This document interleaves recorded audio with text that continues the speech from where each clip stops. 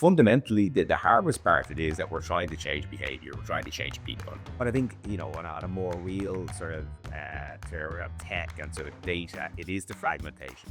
Getting data into systems for measurement, I would say, is still probably 80% of brands' biggest challenge. But then the silos of budgets.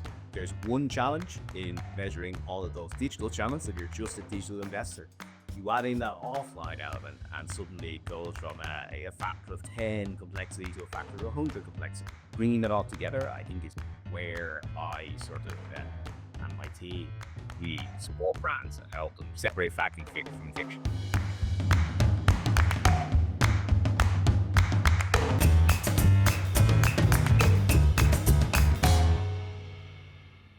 Hello and welcome to the AdTech Heroes podcast. In today's episode, we are going to talk about decoding media measurement. I'm delighted to be joined by Dane Buchanan, who's the Chief Data and Analytics Officer at M+C Saatchi Performance. Hi Dane, how's it going? Hey, how are you, Doc? Very good, thank you. Very good. Let's just start off with your career. Tell me more about it. Well, listen, I could probably spend the whole podcast talking about my career, but let's keep it really short. I've been working in media for the last 15 years. Most of my time was spent in consultancy with companies like Decoding. And most before M+C Saatchi, I was at TikTok for quite a while. But my focus has always been on media effectiveness, marketing effectiveness, and measurement, and trying to help brands get the most from their media budget, which I think is still a needed job, and that's why I'm still in the job. And with all these changes around privacy and the way all the platforms are moving and shaking, I think it looks like it's going to be something that I'll be helping brands with for a foreseeable future. Amazing. And would you say, as your roles have changed from company to company, there's been big differences, would you say, or was it always been around the kind of measurement space? Yeah, I think that when I started 15 years ago, I think it was very much the early days of digital and sort of attribution. I think everyone thought that everything was going to shift into attribution. Attribution was the perfect answer.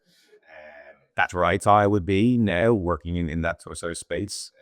But as I shifted along, I think we saw things like media mix modeling go through a bit of a renaissance.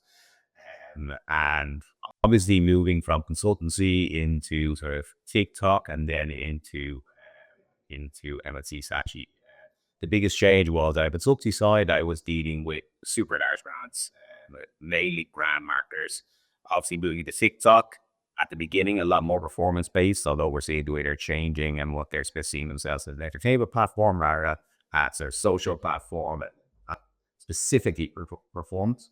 But in M+C Saatchi, our sort of our sweet spot is app marketers and app marketing, and obviously full digital spectrum, but where our legacy is around apps. So the conversation, I would say, has definitely evolved, and I guess it's convincing. Where I am now is convincing app marketers that there is more outside just NMPs and attribution. There still needs to be analytic there on that, and that's really important. Obviously, with the way with Google's will they, won't they, over the last 5 years or so, it was definitely a key conversation. But obviously, Google have now, so they said they won't get rid of the curriculum.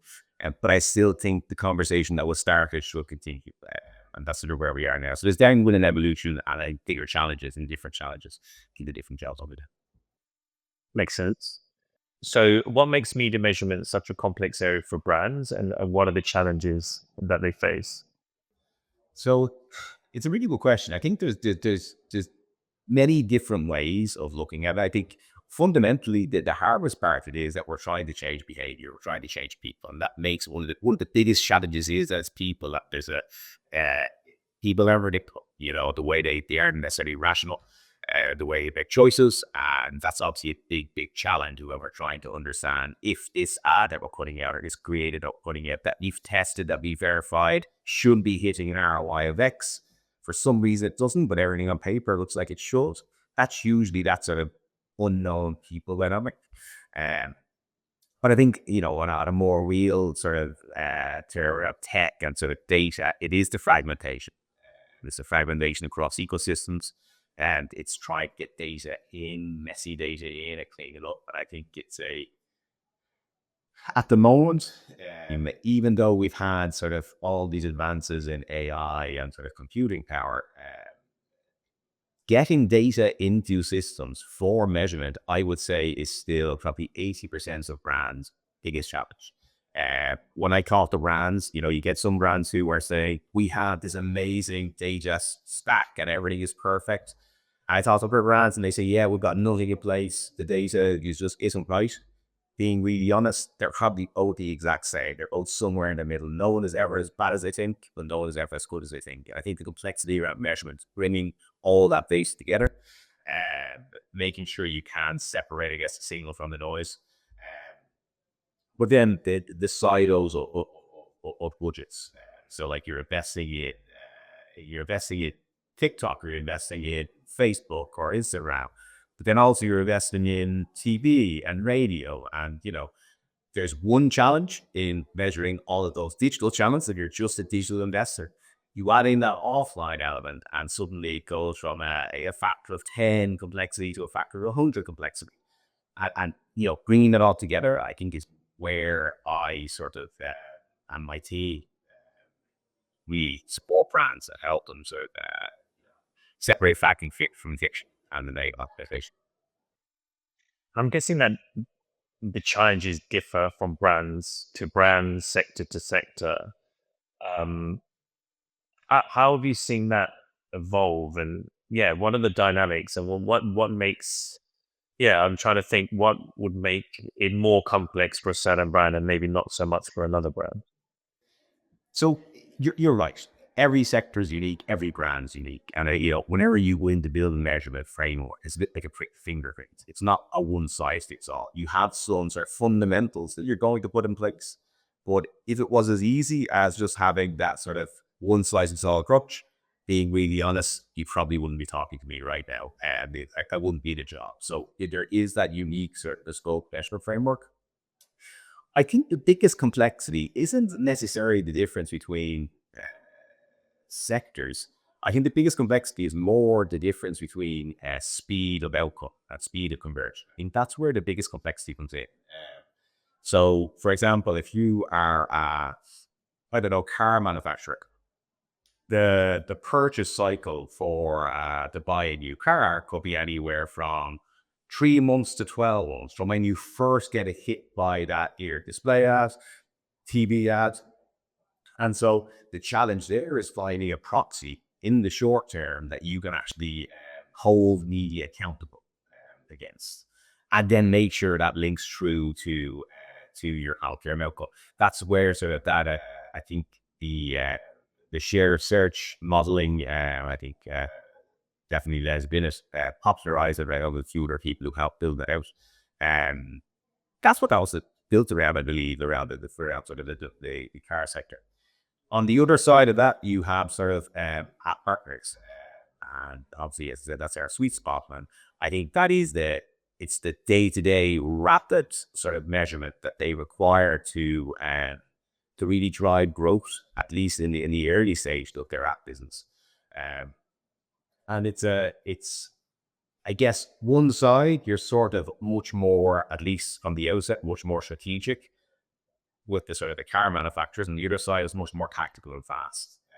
And but I think what happens as a brand matures is that you do set your tactical lens does have to shift focus, and those sort of app marketers still need to sort of start to adopt some of the elements that car manufacturer might have. Not all of it, because it doesn't work. Because, for example, during COVID, you might have told I know Unilever brands to invest through the recessions, which is through the recession, should I say?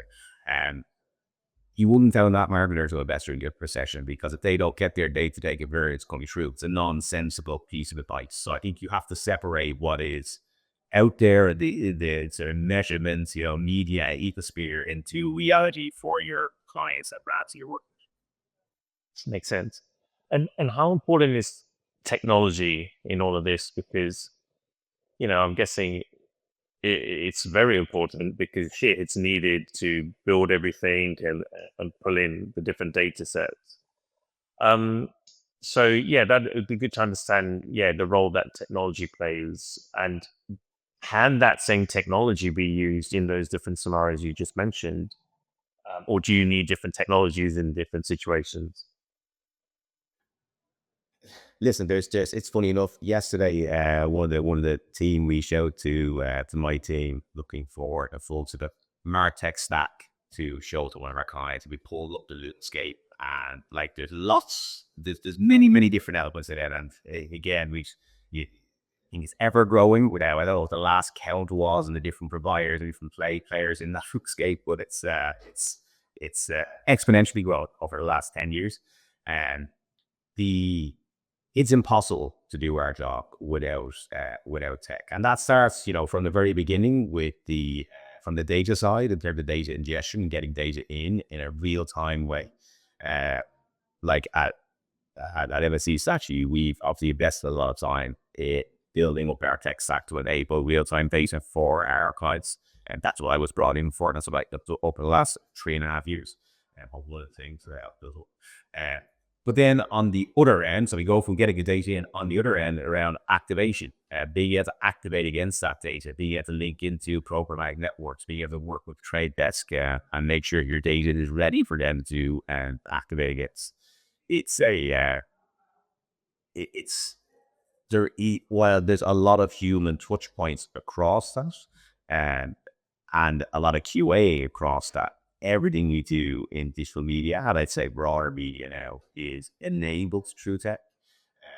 And obviously, over the last, I'd say, 2 years, mostly, we are seeing this influx of Gen AI, which is, I wouldn't say it's changed the game. Yes, I think it has the potential to change the game with everyone we're doing. You can all see that. Like, we're all testing it, and different brands of different charities. It's an essential sort of layer that we operate and we help brands put in place.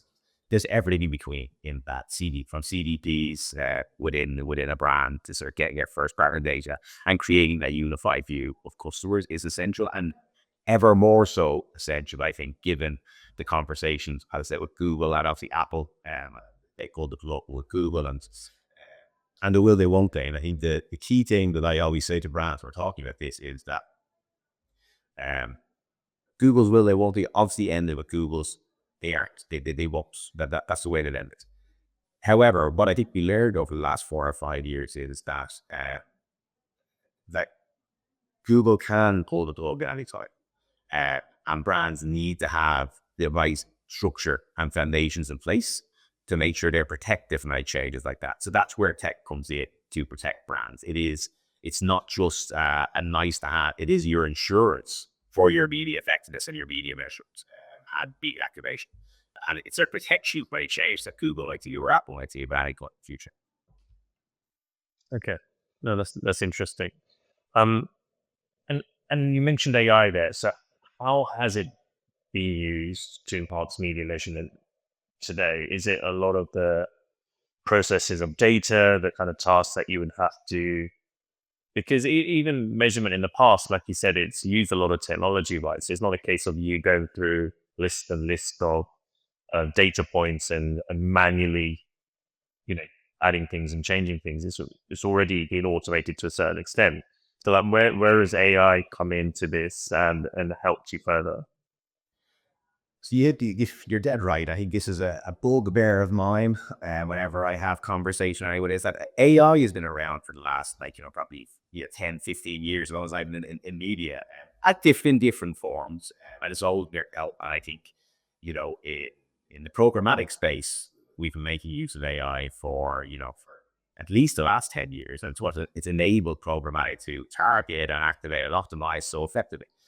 Um, I'd say that the biggest change that we've sort of seen over, I'd say, the last 2 years with generative AI, we sort of using the LLMs, and so I'd say now more recently the agentic, and I'm not saying that for buzzwordy terms. I try to avoid buzzwords, but the the biggest thing I think is democratization of knowledge, which is really, really interesting for us. So, to give you an example, the old school building a Weedy mix model, I would say 10, 15 years ago, required an analyst to get their data, properly processed with certain elements of AI, it's our automation. But the data comes from an analyst. The analyst puts that into a modeling platform. They model it out, and they go through iterations. I would say over a good analyst could probably produce a deck for a media-based model in about 4 to 6 weeks. I'd say a really effective good analyst. I mean, that's a finished model. They go through a lot of iterations. And with the generative AI, what it's able to do now is it is like having an analyst in your pocket when you're sitting down. So we have, let's say, more junior analysts who now have a senior agentics or a media mix modeler sitting beside them and telling them what to put into a model as they're going through it. Obviously, without automation in the background, the agent will do the first draft of models, but it's actually identifying what's working, what's not working. So it's taking away, I guess, to a certain degree, it's taking away that subject matter expertise and democratizing. You still need subject matter experts, wasn't they're going completely, but it's really sort of raised the baseline, I would say, for our teams. That's the biggest change that we've seen so far, and it's very much an effectiveness of our people internally. And obviously, we're using it within platforms, and Meta, have their own LLMs working in the background, and generative AI working in the background on some of their prompts, which is great, and we're using that. But I'd say for the most part, like for our own processes, it is the effect to our people and our tools. Makes sense. And are brands coming to you and hearing all the noise about AI and I don't know, reading articles, seeing all the hype on media, and coming to you for advice, or yeah, are they kind of, do they already know what they want from AI, or is it more so fact finding from you guys? It's a real mixed bag, to be honest. I think there was a McKinsey stat recently, I think towards the start of the year, that said something like 70% of people still haven't used Gen AI, which is mind blowing when you work, I think, in digital media, because I think we're all using different tools day in, day out. But even within our brands, I think it just there's a broad spectrum of knowledge about genuine AI. And yeah, brands are coming ghosts. They're coming ghosts to be sort of their, I guess, their North Star or how they should be using it. And again, we're not the only voices. It's a place that is evolving at such a rapid pace. I read an article about 2 weeks ago, or maybe longer, before 4 weeks ago. The Shopify CEO put out a note of, they saw that on LinkedIn. There was one line in it, and he was, to keep up with the change, we're having to run just to walk. And I think that's exactly how it feels in this space at the moment. We're all running just to walk and crawl with the pace that AI is moving at. So yeah, brands are definitely coming to us, that we have to be on our A game. We have to be trying to research and stay on top of it, see what's changing, see what's coming out. And there is a certain amount of hedging your bets on where things are going to go. We have our point of view on how we think this is going to evolve. But, OpenAI or Anthropic could come out with something else, or Google could come out with something else over the next 6 months that turns out on its head. But I think for the most part, we're trying to keep our clients excited, keep our teams excited, keep our company excited. I think it is an exciting time. I think we're incredibly lucky to be at the time we're at. And I think that we could go down the negative route of, it's going to take jobs, going to do X and Y. But I think for now, let's embrace the excitement and, learn it. It's a new tool. Learn it, try and use it and make it effective. It's definitely very later. Totally. For our listeners, are there any resource hubs that you would recommend for learning a bit more about AI and how it could help, whether it's a measurement or generally in our industry? God, really, really good question. You put me in the spot. I think a lot of the MMBs have some really great resources. I'm not going to name names in terms of the MMPs, but I think a lot of the MMPs have some really, really resources around sort of using their systems. That's their own view. And obviously, we do as well on our website. We have lots of great resources around AI. People can get them and have a look and read through them. And it's not just about using ChatGPT and writing a prompt. It's actually how AI is changing media, how it's changing different with Meta, how AI has changed and what levers you still control as a brand and what you can still actually change. Because the biggest sort of change, I say, on platform in the digital space is that the levers that brands could control have diminished. Let's say it went from 6 levers a year ago. It's now 3 levers. Just making the numbers, but then the levers that you control are decreased. I think that what we're going to see is that brands are probably going to have the key one will be budget.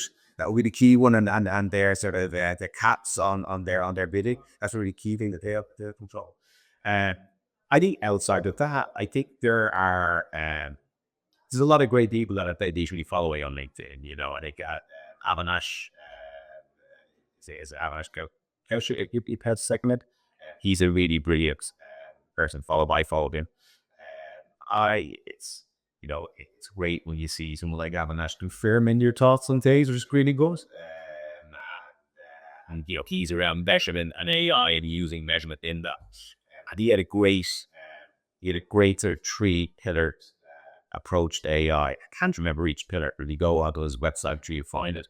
Being a co-pilot, being a tool, and being sort of that more hard thing was treated. But yeah, it's just keep leading. Stay on Medium, stay on Substack, and just follow with a few key people across that. Do you like and where you go? Do you like to read? I think the one key thing, if anyone who was using AI though, is to get AI to prompt itself. That is the one sort of thing that we're sort of testing out. You might have prompts, it's great, but let's be honest, for most of the time we're using AI, a lot of people are putting in their emails or their documents to get AI to review them and to check for gaps in logic. I'm not writing it fully for you. I hope nobody's doing that. That's not what we want to do. We want tech. But when you're writing a prompt to AI can typically write the prompt better than you can. So put in your prompt that you want, and then say, "Can you write this for?" As if you're writing this for an LLM, the most AI will take that prompt, write it for you, and then you just close down your chat, start a new chat with that prompt, and that should for most of the time give you a better outcome than you just write that prompt yourself. And that's one of the tips that we're trying to give to our teams. That's great advice. I've never done that. So pretty much write a prompt to create a prompt. That's better. Exactly. And you tweak with that, but getting AI to write a prompt itself and actually close down your conversation to a new conversation, even though the context of remember using paid versions, and it's still a better prompt than you had right here yourself. That's great advice. So when it comes to best practices and do's and don'ts for brands, and we're talking about first party data now, so sense of we know there's a lot of data to use for brands, but I feel like now I think first party data is more at the forefront now, more than ever, to be honest. So it'd be great to understand kind of your take on what are the do's and don'ts for brands where they're leveraging their own first party data, for better campaigns moving forward.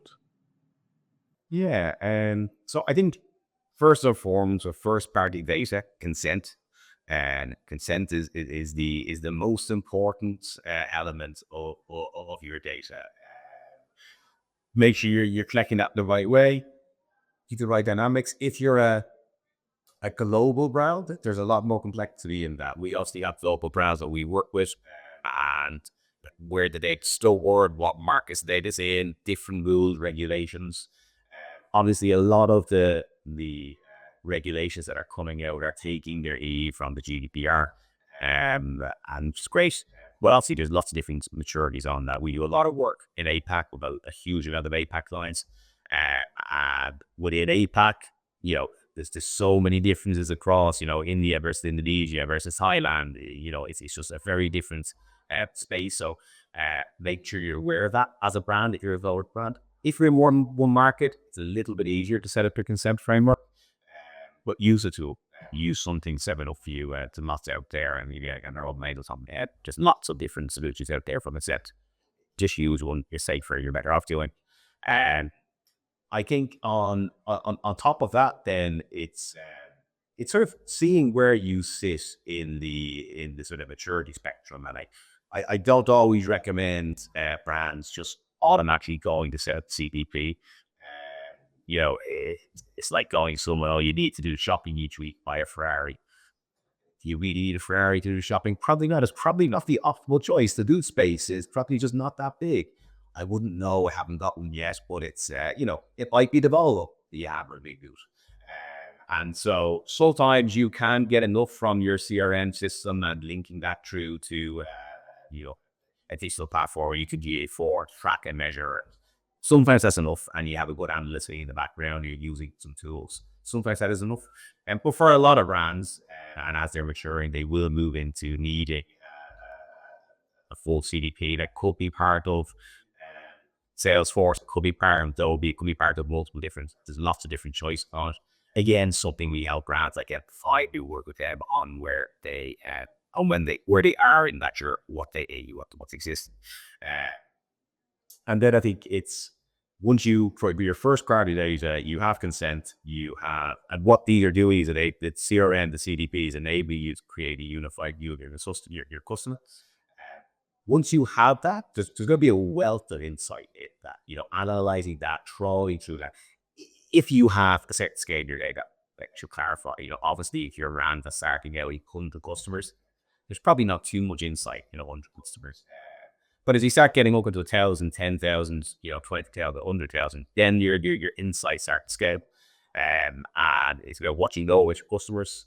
You start to look for lookalike audiences. You start to use that across Meta, Google, TikTok, etc. And sometimes you get some outlier. Sometimes that's your casting frame, but there's some unusual findings that build a casting framework to help plan that next one. Because obviously you can only go so far quickly on each app. You will expand that out. So then, obviously, it's activation, making sure you can link your systems into the platform. You got to activate against that. Some systems will have, like in the Adobe stack, you have, there's the add-on tools that will enable you to activate within that stack. So for some tools, you have a singular, I think singular CDP. Doesn't have any activation. There are some CDPs that do not have any activation on it. Then you have to find your activation. And that could be the right choice, by the way. Going for these all singing, all dancing systems isn't always the best approach. And then it's just a feedback loop. It's coming back through, collecting that data when it goes out into the world. Being able to collect that data, collect it into your system, store in database, and linking it back through to your first party data. It's all well and good that sort of linear process, simple process going from first party data, analyzing it, activating against it on the platforms. Then you have to measure that. And that's where that comes in. That measurement piece comes in. But it has to come back through that feedback to you. But it has to feed back through to your has to start maturity. So yeah, this measurement is hard. Media measurement is hard. I don't think it's getting any easier, even with AI. We don't think it's getting any easier. I think fragmentation is increasing. I think we see that with relatively new kid in the block and retail media. It's a wildly fragmented space, but it has this, this closed loop attribution. If you only invest in it in Amazon, yes, great, you have a closed loop. But if you start to go out into Walmart, if you start to go out into any other system, you can then it suddenly become more fragmented. Then you might need your data clean room on top of that. And again, data clean rooms aren't necessary for everybody. I'm aware I've touched on a huge amount of different things there. It's probably a whole conversation, each element of that in itself. But yeah, customer data platforms, data clean rooms, CRM systems. They are all tools you probably will touch upon or want or look at on your journey. It doesn't mean you need it. Just because someone is shouting, even like me, where someone is shouting about it, doesn't mean you need it. Some of them are Ferraris. Some people need a Ferrari. A lot of brands don't need a Ferrari. I think that's great. No, I think that's great advice. I feel in our industry there's so much noise and new things coming up and new flashy things, like you just said, the Ferrari analogy. But it's not necessarily for everyone, right? So you can pick and choose and totally opt out if you need to. Do you then feel having all these new channels now also adds to the complexity? Because maybe 20 years ago, when there was no digital audio, there was no CTV, there wasn't retail media, it was a lot easier to maybe measure. Do you find now with all these new channels, CTV and beyond, that it's making your life, even your job, a lot more complex? And then, yeah, definitely the complexity of that is, but I'd say it's different challenges, different. I'm definitely an optimist, and I think I think there's different challenges, back in the day when I started out, definitely different challenges to now.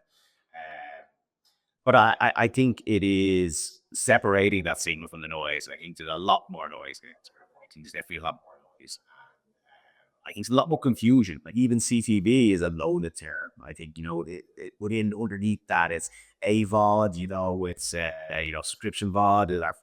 It's what is the difference between them? Yeah, non-broadcast, broadcast, or YouTube, or YouTube sitting all this. It's so a large part, I think, of what I do on a day-to-day basis is, for lack of a better description, education. It's chatting to brands, and it's, I hate the word expert on anything. I think I would call them an expert or probably not an expert. But obviously, part of my job is to do the reading that brands don't have the time to do. So, and my team, part of our job is to just troll through the web and find out what is going on, or separate that fact from fiction. So yeah, I think a lot of it is just guiding brands, and trying to highlight where they should be, and yes, simplifying for brand what they should be focusing on and where you get the most value, because it always is that value exchange. It's always like if I come, let's be honest, any measurement task, it isn't free. There's always a cost associated. And but there should be ROI in measurement itself. And good measurement, being really honest, I think the ask could be the most, if you're investing out of your media budget on measurement, it can be your most effective sort of media investment. You could be getting ROI of 30 to 1, 50 to 1 on that measurement program, if it is effective. Bad, bad measurement, not only is it a waste of money, but it erodes your collateral that you built up across your organization, because you're changing your story, you become weaker month by month. So yeah, it is hard. I think there's a lot of. I think what's harder for brands is there's over the last, I say, year, probably for the most part, I've seen a lot of startups, more so than ever, come into the measurement space. And there are some great ones. I'm not going to name names. There are some great ones, but there's a long tail of really bad measurement providers, and there's just conflicting advice. And I think that the one thing that I would say to anybody who works in the measurement space in media, is these sort of nerdy debates on LinkedIn where you start arguing each other over the nuances of your methodologies. They don't do a lot to put faith in marketers in us as measurement professionals, because actually they're just going, well, if they can't get aligned on what this is, why should we believe either one? And actually, the truth is always somewhere in it. There's no panacea for measurement. It is usually bringing multiple systems together to give you a single view, or a unified view. Single is probably the wrong word. A unified view, and an actionable view. That is the key part. Actionability of your measurement is key. If you can action it, then you're gone. I think that's the point, right? In our industry, there's so many different types of measurement partners, and they all use different methodologies. And then, they're sometimes used as a benchmark against maybe someone else. And it's like totally different things, right? That you're in the space much more than I am. How do you put your mind around it? Is there a source of truth, or is there a one measurement provider that is the one to go to? But I suppose not, right? Yeah, there is. Obviously, I always the clients come to us. That's not joking. But no,